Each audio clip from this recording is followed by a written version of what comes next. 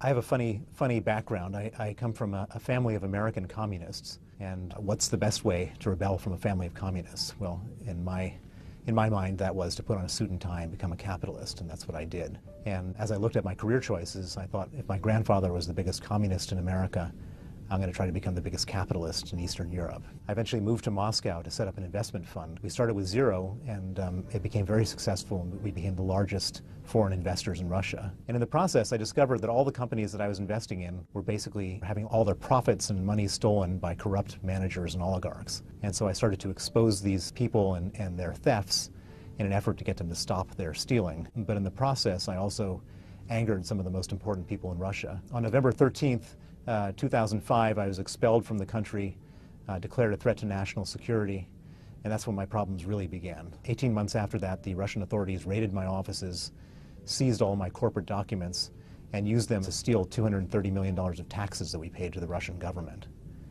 I hired a young lawyer named Sergei Magnitsky to try to stop this ongoing fraud.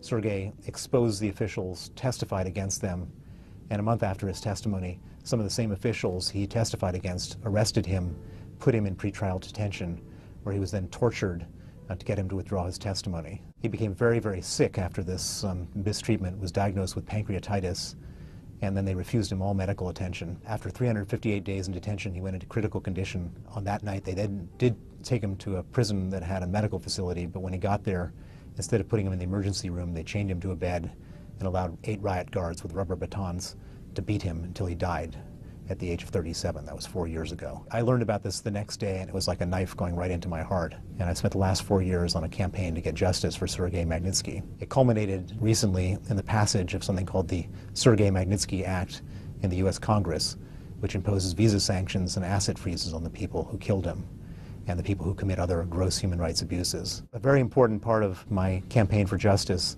is that the world knows this story. And for the last 2 years, I've dug deep into my notes to document what's happened. And I've written a book called Red Notice. And this book lifts the lid and shows exactly what's going on in Russia today.